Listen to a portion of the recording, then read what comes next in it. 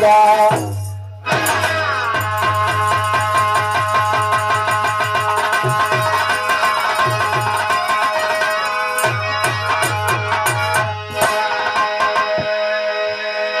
यहाँ में गजल हो कैसे कैसे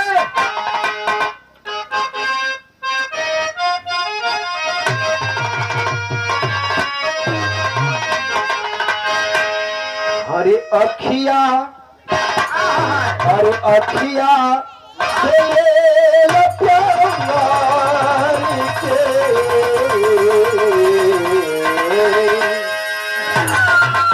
अरे अखिया से ले प्यार के अरे नेवता ये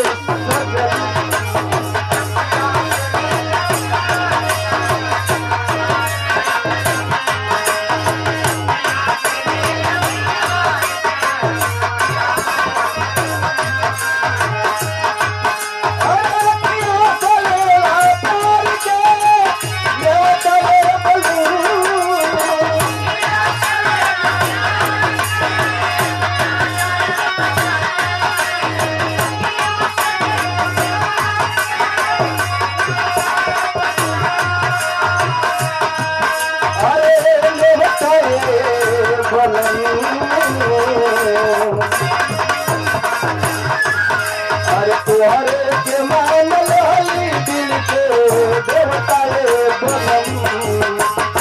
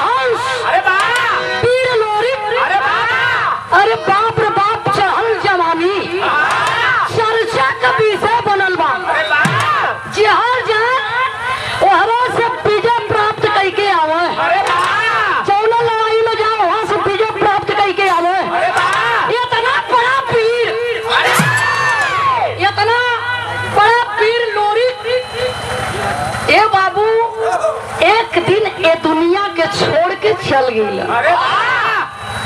यहाँ जे अलबा सबके एक दिन जाए के हो। अरे चाहे वो बहुत बड़ा वीर हो, बहुत बड़ा राजा हो, चाहे रंग जोगी फकीर हो, सबके जाए के बाद वीर लोरिक ये दुनिया के छोड़ के जब चलल, अरे बाप रे बाप एक बड़ी बरियार गजब ढाई गई। जब का गिरा धीरे धीरे धीरे धीरे धीरे धीरे कुछ दिन जब बीतल, वीर लोरिक का बेटावा जवान भइला। अरे उनका नाम का बा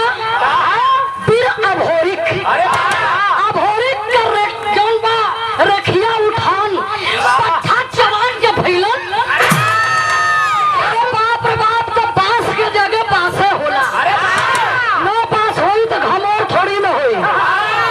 ए भैया बीर अभोरी का जो चढ़ल जवानी खेलत हुआ गांव में दोस्ते लइकन के संगे तनी से कुछ तकरार हो गई।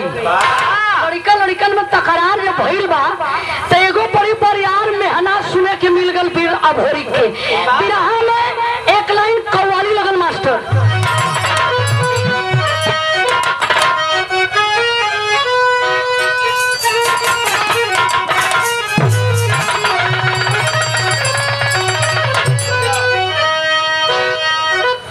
आशिकाना मिजाज की कव्वाली है। अरे किसी आशिक ने अपने मासूका से या कोई मासूका अपने आशिक से कह रही है। क्या कह रही है मास्टर?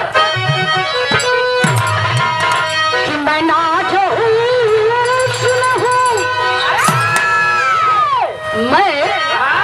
मैं क्या हूँ? हम थोड़ी ना कहते हैं कि मैं नाच हूँ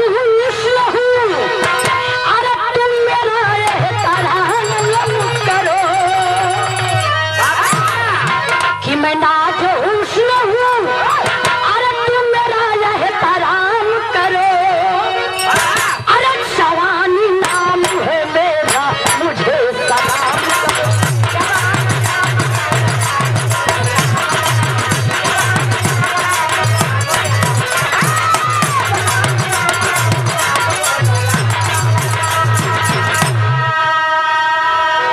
मैं नाजो हुस्न हूँ, तुम मेरा एहतराम करो। जवानी नाम है मेरा, मुझे सलाम करो। आशिक कहता है कि करूंगा। अरे क्या करूंगा? सलाम। लेकिन ऐसे नहीं, कैसे करूंगा?